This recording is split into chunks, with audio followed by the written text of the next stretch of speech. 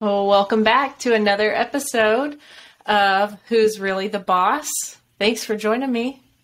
Hey, anytime, anywhere, I'll be there by your side. That's awesome. I know you're honest when you say that, so thank you. We are starting our next series of the podcast. So our next series is going to have 3 parts, and the title of this series is Do You Own Your Business? So tell the listeners, what are we talking about when we ask, do you own your business? Well, the title that we really wanted to use, but was too long for all the podcast land places, is do you own your business or does your business own you? And as a founder, as the owner of Dillon CPAs, I've definitely felt that way, at the mercy of our business and not the other way around. And hopefully, based on this conversation, based on recap, people hearing our mistakes and how we're getting better, they also realize there's maybe some change needed in their business.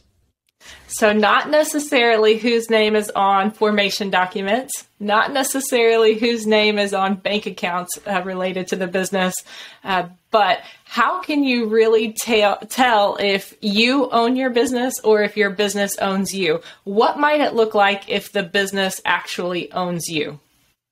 If you lose control. And most business owners, most founders go into business, or at least I did, with a couple of things in mind. So maybe you want to make a little bit more money and probably have a little bit more control over your life. So whatever that freedom, flexibility, workload, just aspects of doing what you want to be able to do in your business, serving your clients the way you want to serve them.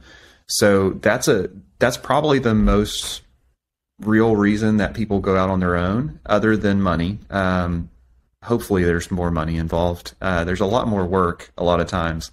And so, but yeah, that whenever those things get out of balance real fast and you start losing control and you're at the mercy of one of the aspects of your business. So for speaking from experience, you could be at the mercy of deadlines or the type of work that you do. You could be at the mercy of your client or your customer.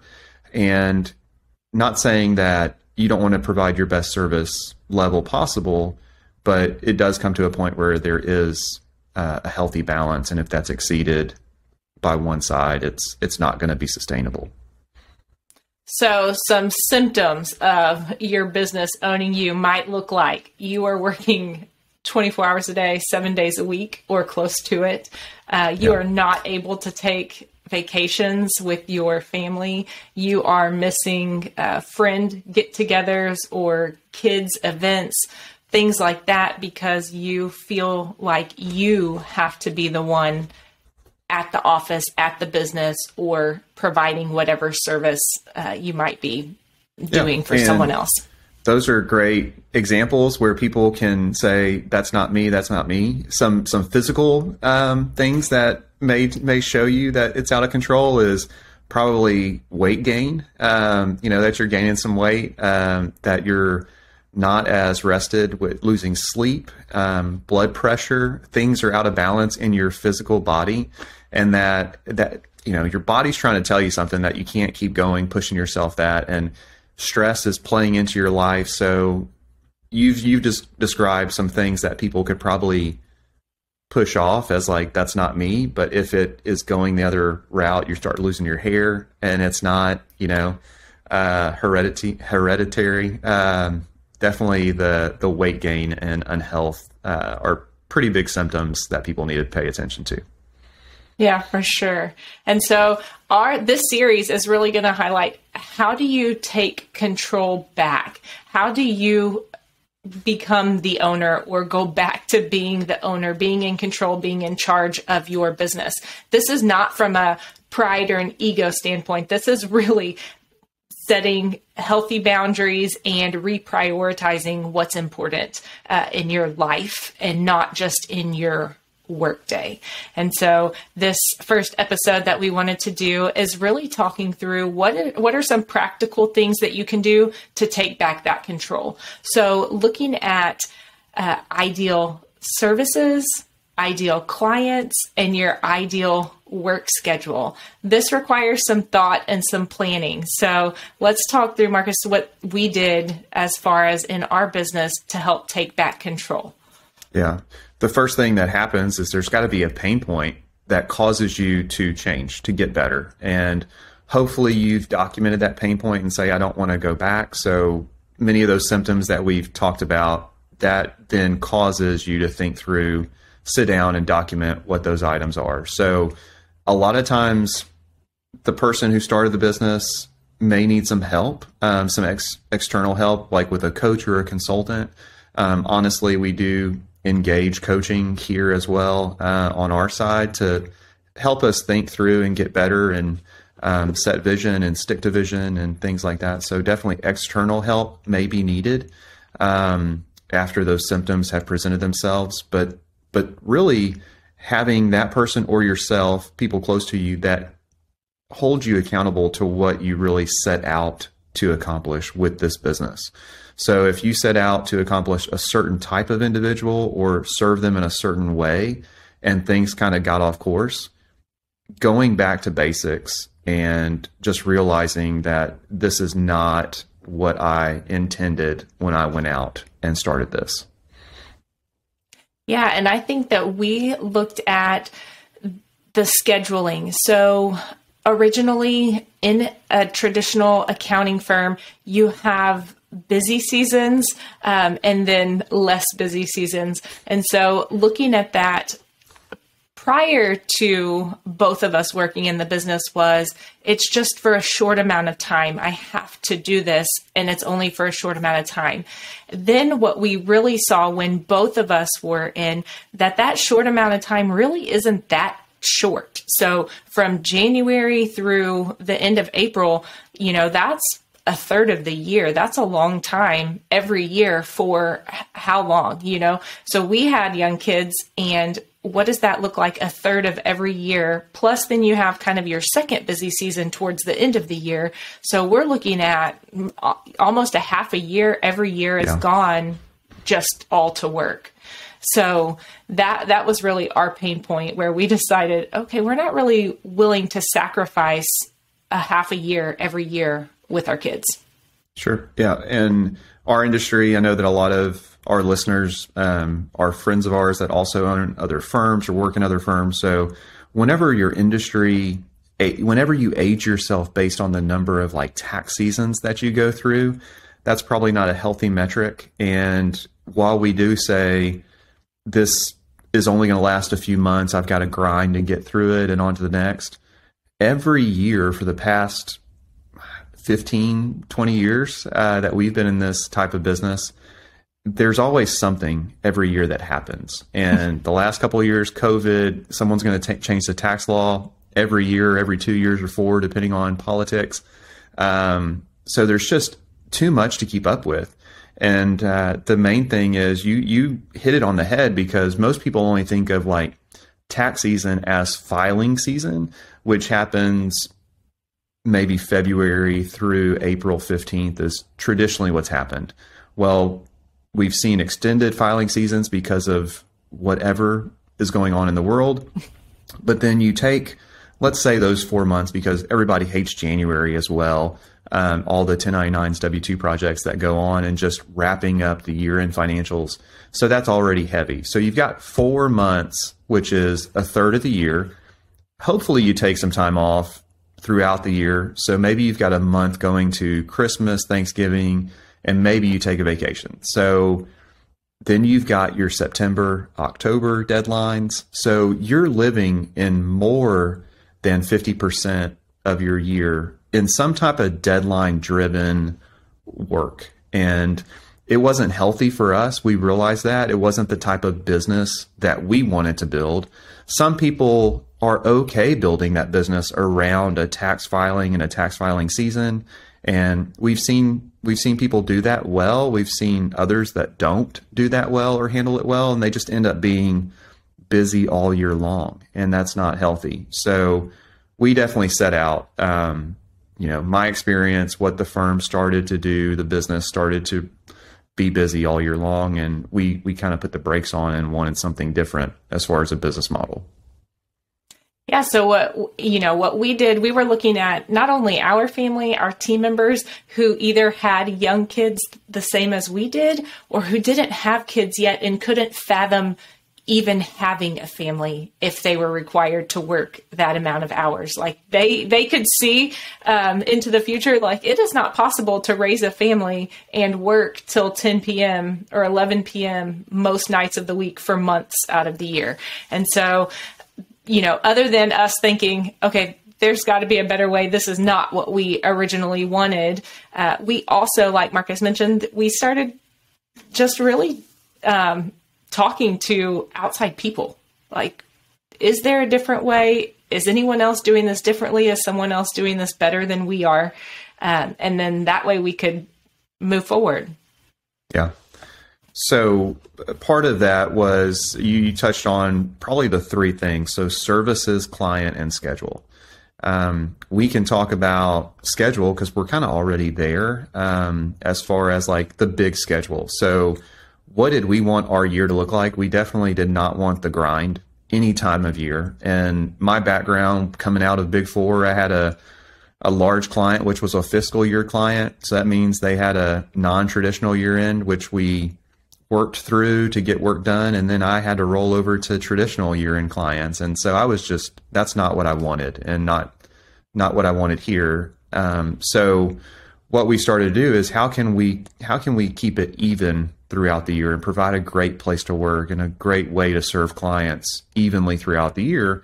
And so for our business model, that means doing a lot of the back office services. So payroll, accounting, bookkeeping, closing out the numbers every month, and just making sure everything's consistent throughout the year, that we're providing consistent business planning, tax planning throughout the year, and that the compliance work is done just more as a matter of fact, as like a result of everything you do throughout the year.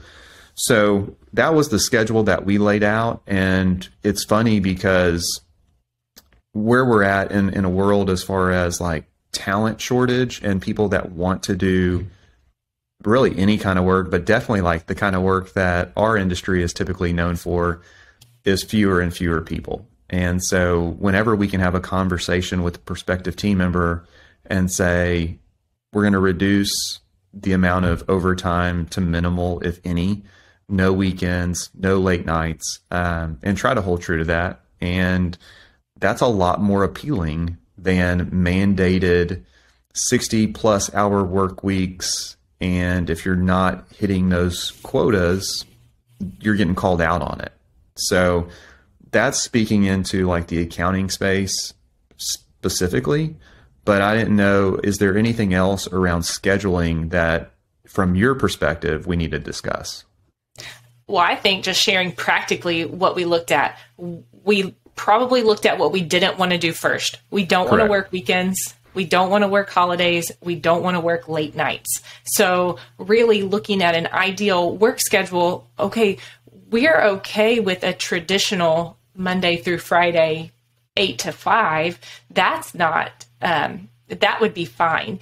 And then even looking at that work schedule a little bit more as to, okay, well, ideally, I don't want to meet with clients every single day of the week. I would rather meet with clients, certain days of the week or certain times of the day, and really drill down to something so specific of what does an ideal work day look like? What does an ideal work week look like? And then what does that look like throughout the year? How do we replicate that ideal week for every single week of the year? And so it really took a lot of intention, not looking at, I have to get these things done, so that means I have to work until whatever hour that means to get those things done. It looked at, no, ideally, what would this look like? If I could, dream up a schedule for myself, what would that day look like? What would that week look like? And then how do I replicate that week every week thereafter?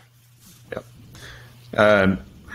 So you're exactly right. And in those early days, whenever you're having to meet with people during the day, whether it's a client or a team member, and then stay late to actually do the production, the work, and get that done, those are days that I think back on. I don't think back on them fondly, but there are days that I'm so grateful that we've got a different system in place. And it really just goes back to scheduling. What do you want that schedule to look like?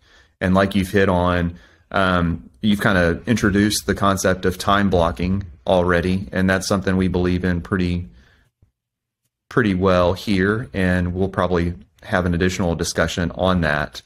So that'll definitely be part two of this series. Will be on prioritizing and time blocking and batching tasks. And so, yeah, we'll touch on that. But with that work schedule, knowing that our current schedule at the time of the pain point didn't look like that work schedule. It didn't look like the ideal. It didn't look anything close to the ideal. And that even getting to what your ideal day and work week would look like was hard because it didn't at the time feel possible.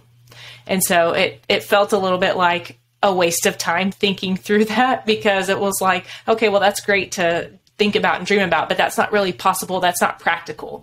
And so it really took, okay, no, this is what I want it to look like. So if this were to be true, if this was my actual work schedule, my work week, then what also has to be true? What has to change? What has to be different to make this possible? And so that's where we looked at some of our service offerings and who would be interested in those types of services. Sure. So the service offering, kind of going into that, if we realized that we did not want to be the traditional after the fact tax shop. And so one, you have to stop offering that as a service, and how you communicate that to the public or to potential clients, take it off your website. If someone calls and wants you to do that for them, you have to be prepared to tell them no. And that was a very big hurdle. I had to remove myself from that because as the person that started the business and saw any revenue as good revenue, it definitely took me separating myself for the business as a whole to be healthy and tell people no, that wanted us to serve them in whichever way they were traditionally used to being served. And that was no longer acceptable on our side because we wanted something better. So you actually started taking those calls and telling a lot of people no who called for tax returns. We still get those calls. Thankfully, you're not the one that tells those people no any longer, and hopefully tries to let them know that there's even a better way and spend some time educating them too. Yeah, for sure. And so we did get to a place of telling people no and no longer offering everything. So that's what it took to have the ideal day, the ideal weeks, and replicate those over and over throughout the year. It took eliminating some of the services we had done previously that we were currently offering and telling new prospective clients, no, we don't do that anymore. But before that, we tried something else, and just wanted to give a pro tip out there. This is not the most ideal way to start eliminating services and get, fewer clients on the services you don't want to provide. So what we tried to do was increase the price to deter people from taking those services. And what we found out was that there were still people willing to pay whatever price we asked. However, when you pay a lot for something, then myself, I naturally then have a higher expectation of what I'm getting. So not only did we not want to offer that service that we just sold them, but then we had to deliver it at an even higher level. Better is what the client was expecting. So what happened there was either we didn't meet their expectations based on the price they were paying, or we were burning out team members trying to provide something different for that client because of the high price that they were paying. Yeah. So the better way to do that is to just tell people, no, we no longer offer that. If you have someone that you can refer them to or help them with a different solution, maybe that you do offer in your office or that somebody else provides if it's something specific they're looking for that you no longer want to offer. A better way is to help them find the solution that they actually need, and not go against what you've set out to do. Yeah. We try to leave people better than we find them. And that's on a prospect or a client side, definitely. And so what that took first, we got to the point where we were in a position to tell people no, which is it's a great position to be in financially. And the second step to that was getting to know our peers who did want to serve others that other way and did not want to build something the way that we were building it. And so we become a referral partner to our peers that are doing that type of work. And they love us because we keep sending them work that they may not be introduced to otherwise. And so it helps from a relationship standpoint with our peers. And then also that person that we've referred on that we end up dropping the ball on and not serving them well, their opinion of us isn't negative. It may be, flat, but it's not negative. And it may even be positive because we've told them no, which a lot of people will not do. And I know that's surprising to many people when you call a business that you think will serve you and you say, no, like we're at capacity or that's not how we do it. And you just approach that situation with intention versus letting that situation drive you and overwhelm you, which then goes back to who really owns your business. And in that situation, you're at the mercy of that prospective client that you know nothing about. And even if we threw out something crazy, where we doubled the minimum fee every year, and it wasn't healthy. It wasn't really right to do that to that team, to that prospective client, because they can go other places that may serve them just as well and pay more of a market rate for that. So, I think that's definitely a pro tip, is not trying to really drive top line revenue based on the wrong type of client. Yeah. And so when we looked at just getting back to that ideal schedule, we looked at the services. And the first thing that you considered was, what did you not like doing? What did you not want to do? What was not healthy? What was the biggest problem in getting to that ideal work schedule? So definitely deadline driven or seasonal work was going to put a strain on keeping that schedule the same or similar throughout the whole year.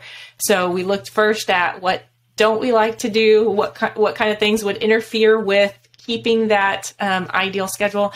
And then also from a business standpoint, we had to look at things that were profitable. So what services did we offer that were profitable, or even what engagements specifically that were profitable. So if you want to talk a little bit about, what that looks like, and, some of the services, because we didn't enjoy them, they may have been profitable, but because of the work involved and the time required, still may not have made the cut on services we would offer down the road. Sure. And this is where the owner of the business has to be honest with themselves. You have to back up and is your firm, whatever you built, is it truly a business or is it just a job at the end of the day? Are you not able to produce anything if you remove yourself? And I think if that's the answer, is that no work goes out the door if you remove yourself from the equation, you really don't have a standalone business. And that may be hard for some people to say. And the reason why I kind of highlight that is, as owners that do production, that do work in the business, we discount how much our time is worth. And the projects and engagements, which tax returns or something that only requires the highest level of input, those are actually unprofitable because it's only your time, and your time may be worth the most on the team. Thankfully, now we've got other people who their time is worth way more than mine. And that's how we evaluate if we're able to bring value to the relationship, if we're able to have profitable work and employ a great team of people.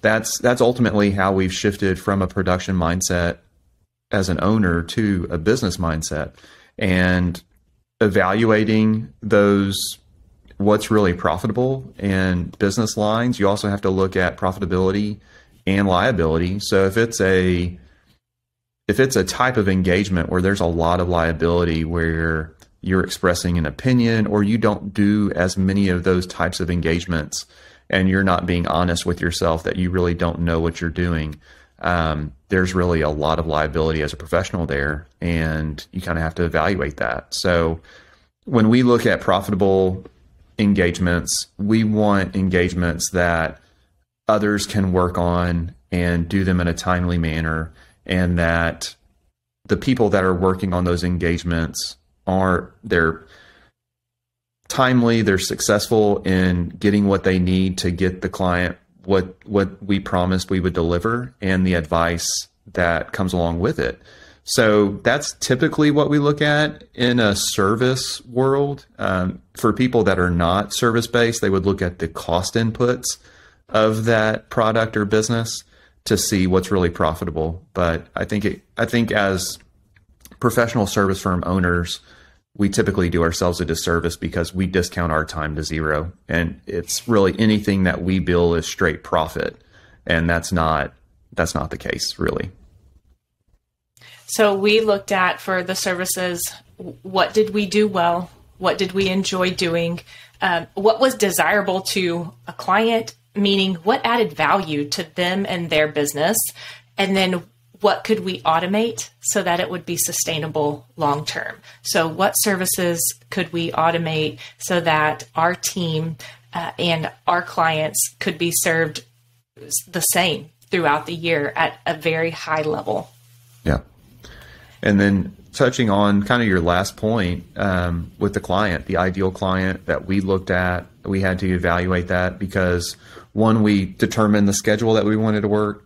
We determined the service, how we wanted to serve our ideal client. And then third, it was, what are those ideal clients? So when we went through and identified it, maybe this is a trend. It's easy to always say, what don't you want to work on, or who don't you want to work with? And so some of that is personality driven based on industries. And I'm not going to say any one industry alone, but certain industries drive certain personalities at big picture. And so it's one of those where you may have more aggressive people in a certain industry than another. For us, we love working with professional service providers because a lot of what we do in our business overlaps with what they may need to be focusing on. So with that, we work really well with single kind of family owner businesses or not many partners. Typically, our ideal client has a revenue of $1 million to $5 million because we can bring a lot of value. And finally, that ideal client is growth minded. And it may not be growth minded in their business. It may be personal development, like they're just seeking to be better. And we love working with those people because that's who we are, honestly. And that's who we cultivate as team members. That's who we attract as team members, are really driven, growth-oriented, productive people. And on the other side of that relationship with clients, that's who we connect really well with as well. So I think that's who we identified as ideal, and we can kind of come alongside them and add a lot of value as their partner in that relationship and help them achieve their goals. Yeah, and practically what that looked like was honestly looking at the time, looking at the current client list.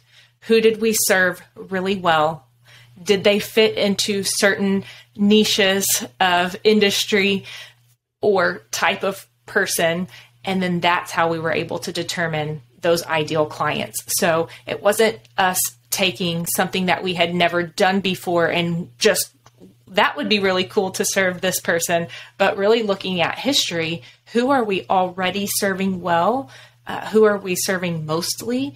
What kind of characteristics do those clients have that are similar? And then we're able to break that down into definitely a smaller group of clients.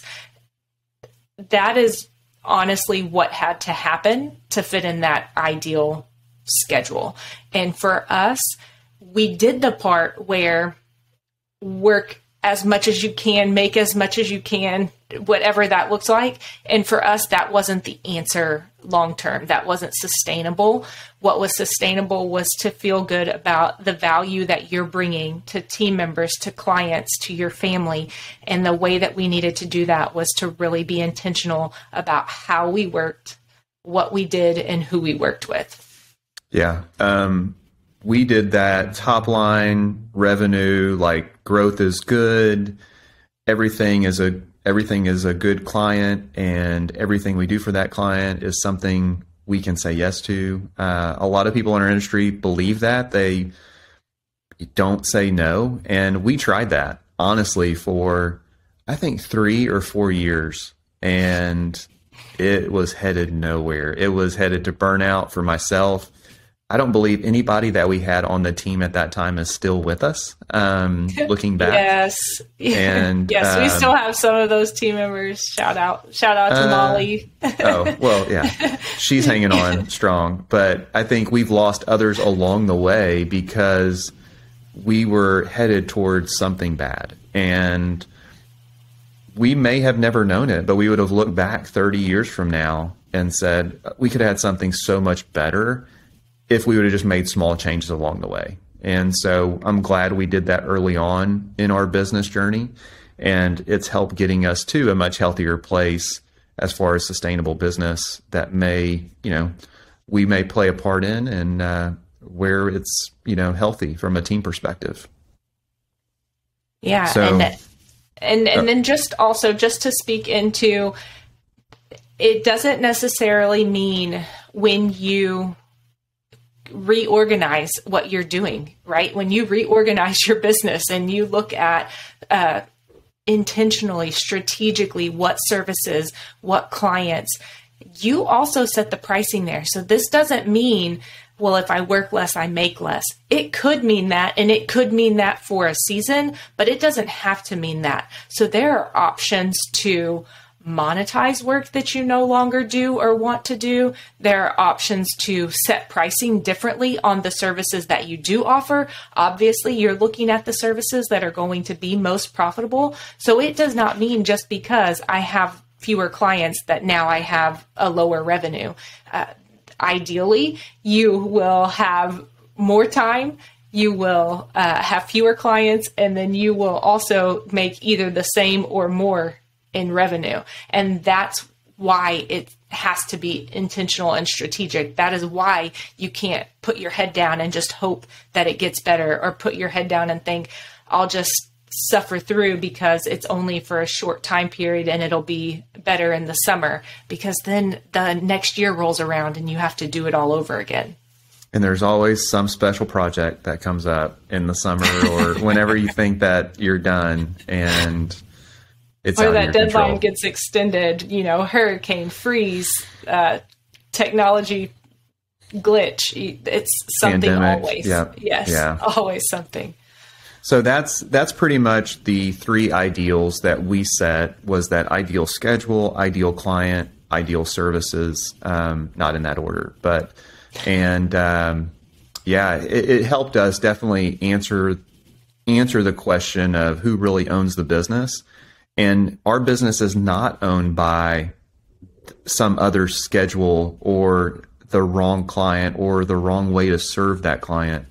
And that's just us really being intentional along the way to be able to answer that question, who really owns the business?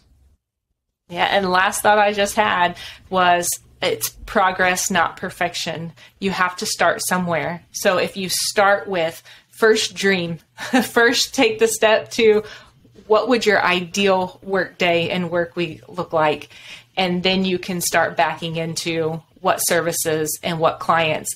And then from there, you can start implementing. So the first step definitely would be, first you got to dream. First, you got to think about, when you went into business, what did you think it was going to look like? What did you hope it was going to look like? And kind of start there with that scheduling. I think to add on to your final comment is a lot of...